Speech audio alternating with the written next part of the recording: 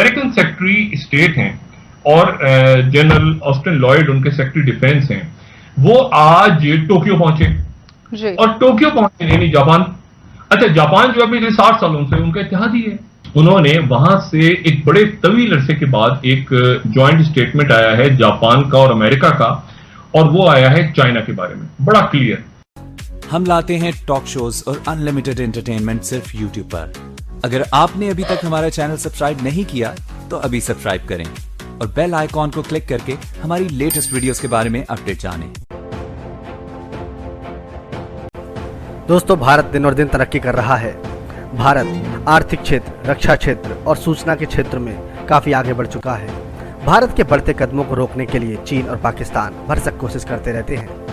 आपको दिखाते हैं कि कैसे पाकिस्तानी मीडिया भारत की तरक्की से जल रही है, कैसे वो भारत को कोस रही है, कैसे वो भारत के खिलाफ प्रोपेगेंडा चला रहे हैं। नरेंद्र मोदी साहब की और जो जापान के प्राइम मिनिस्टर हैं मिस्टर सुगा, उनकी आपस में हाल ही में बात हुई है और जापान जो है वो कंप्लेन कर रहा है कि हमें चीन की तरफ से ये प्रॉब्लम है, चाइनीज जो है वो एग्रेसिव हुए पड़े हैं। ये जो रिलेशनशिप है जापान का और इंडिया का, ये बड़ा स्ट्रॉन्ग रिलेशनशिप है, क्योंकि एक तो जापानीज ने एक प्रॉपर इंडो पैसिफिक का कॉन्सेप्ट दिया, फिर जापान ने, और जो मुझे इंटरेस्टिंग चीज लगी कि वो जो जापानी लीडर हैं वो ये कहते रहे और ये एक हिसाब का कंप्लेन करते रहे अबाउट चाइना टुवर्ड्स इंडिया, कि जो बीजिंग है, जो चाइना है, उसने अपने कुछ नए लॉज बनाए हैं कोस्ट गार्ड वेसल्स के हवाले से कि वो फॉरेन शिप्स के ऊपर जो है वो अटैक कर सकते हैं। ये एक थ्रेट फील किया है जापानीज ने चाइना के हवाले से और उन्होंने इसको शेयर किया है। जापान जो है वो कंप्लेन कर रहा है कि हमें चीन की तरफ से ये प्रॉब्लम है कि ये ऑफेंसिव हैं और चाइनीज जो हैं वो एग्रेसिव हुए पड़े हैं और इसमें जारी बात है वो उनकी मदद भी मांग रहे हैं। इसकी मैं आपको एक बात बता दूं कि जो दोनों ममालिक हैं भारत और जापान, इन्होंने एक मुआहदा भी किया हुआ है, उसे बोलते हैं acquisition and cross servicing agreement बोलते हैं। अच्छा, ये जो है ये आपस में भी नेटो पार्टनर्स करते हैं और ये जो नेटो पार्टनर्स हैं किसी थर्ड पार्टी के साथ भी कर सकते हैं।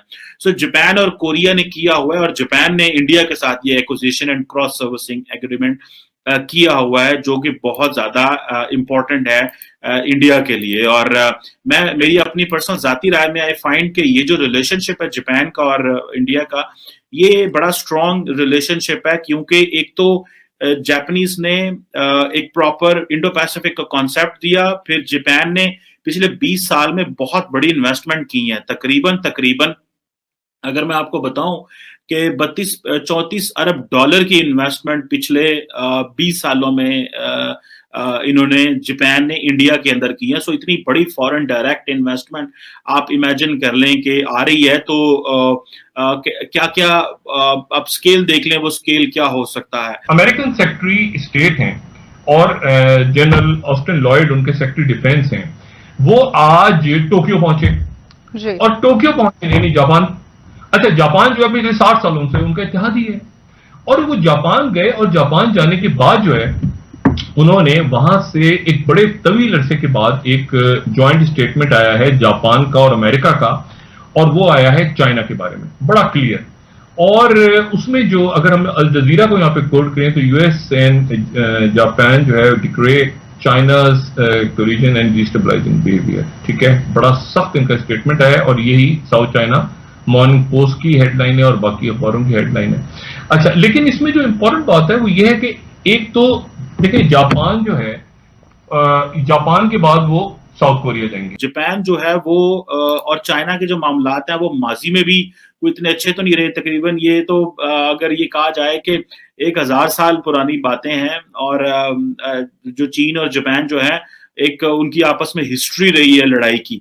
और लेकिन जापान अपनी सिक्योरिटी की जो नीड्स है वो खुद तो नहीं पूरी कर पाता, क्योंकि उनका एक जापान की एक डोमेस्टिक आर्टिकल है, उसे आर्टिकल 9 बोलते हैं, जिसे वो अपनी फौज नहीं रख सकते। जैसे आप कह लें कि इन्होंने ये सर्विसेज ली हुई हैं अमेरिका की और पार्टनर्स की। सो मुझे ऐसे लग रहा है कि जापान जो है वो इंडिया से भी इसी किस्म की मदद मांगना चाहता है कि कल को अगर उनको जरूरत पड़े तो वो जापान इंडिया की मदद ले सके। सो इस हवाले से जापान जो है वो इन्वेस्टमेंट करता रहता है इन रीजन में और पर्टिकुलरली इंडिया के अंदर, जिस तरह मैंने बताया क्योंकि 32-35 अरब डॉलर के करीब जापानीज ने इन्वेस्टमेंट की हुई है। उससे पहले भी अगर देखा जाए तो जो डिफेंस कोऑपरेशन है जापान का और इंडिया का वो बड़ा स्ट्रॉन्ग है।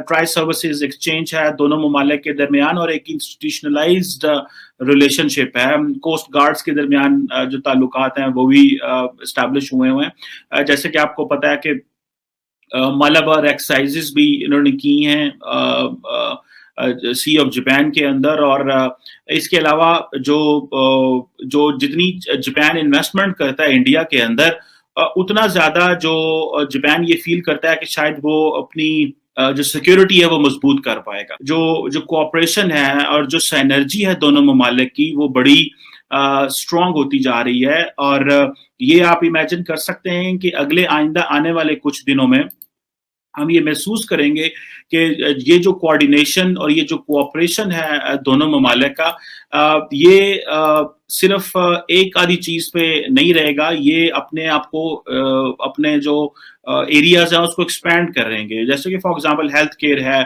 और फिर इंडिया की एक बड़ी स्ट्रॉन्ग कम्युनिटी है इंडिया जापान के अंदर, तकरीबन कुछ 40-50 हजार के करीब वो वहां पे रहते हैं। फिर जैसे आप समझ लेना कि जब 2007 में शिंजो एब ने देखा कि इंडिया हमारे लिए कितना इंपॉर्टेंट हो सकता है, और बेसिकली शिंजो एब ने अपने इर्द गिर्द एक हसार खींचा और उस हसार में इंडिया को लेके आना था, ऑस्ट्रेलिया को लेके आना था, अमेरिका को लेके आना था। तो ये एक बिकॉज जापान जो है वो इंडिया को ज्यादा प्रेफर करता है as compare to South Korea. एक बात बताऊं, और वो ये है कि एक तवील अरसे के बाद, बहुत दिनों के बाद, बहुत अरसे के बाद आज शुमाली कोरिया के जो रहनुमा हैं किम यो जिन जो हैं, उनकी जो छोटी बहन है उन्होंने आज बयान दिया है, किम जोंग यून ने। अच्छा, उन्होंने बयान दिया है, और उन्होंने जो बयान उनका सामने आया है वो बयान उनका, अब ये 38 साल भाई हैं और उनकी ये 33 साल बहन है छोटी, और ये जो उनकी छोटी बहन है ये गालिबन अगली नॉर्थ कोरिया की अगली लीडर उनको समझा जाता है। उन्होंने बयान दिया है, और बयान उन्होंने दिया है बहुत अरसे के बाद कोई बयान आया है नॉर्थ कोरिया का, जब से क्राइसिस शुरू हुआ है। यानी आप देखें कि जब से ये बाइडेन इंतजामिया, ट्रंप इलेक्शन, इसमें नॉर्थ कोरिया अब बिल्कुल खामोश रहा है। लेकिन नॉर्थ कोरिया का आज बयान इसलिए आया है कि वहां पर बैठ के जो डिस्कशन हुआ है सेक्रेटरी स्टेट का और सेक्रेटरी डिफेंस का, उसमें कोरिया डिस्कस हो गया। अच्छा, कोरिया उसमें चूंकि डिस्कस हुआ है तो नॉर्थ कोरिया ने फौरी तौर पे बयान उनका आया, और बयान उनका जो अल्फाज हैं उनकी जो उनके रहनुमा की बहन के, वो अल्फाज बड़े सख्त हैं। वो कह रही है कि यहाँ का माहौल, स्टिंक का लफ्ज उन्होंने इस्तेमाल किया। अगर मुख्तलिफ न्यूज पेपर्स को हम कोट करें तो इससे स्टिंक, यहाँ पर जो स्टिंक यानी स्टिंक का मतलब माहौल खराब करने वाला जो फजा है उसको यहाँ पे अमेरिकन ना पैदा करें। क्योंकि जब रिसेंटली डिस्कशन हुई G7 में D10 बनाने के लिए, जो 10 डेमोक्रेसीज को प्रमोट करने के लिए, और उसमें साउथ कोरिया को लाना चाह रहे थे, ब्रिटेन ने आइडिया दिया, तो Japanese didn't like. So Japan चाहता है कि इंडिया जो है वो उसके अंदर आ जाए, लेकिन वो साउथ कोरिया को ना लेके आए। So this is another thing, यहाँ पे बैठ के इंडिया के साथ वो बात करनी है जो जापान समझता था कि इस खित्ते में एक ही मुल्क है शायद।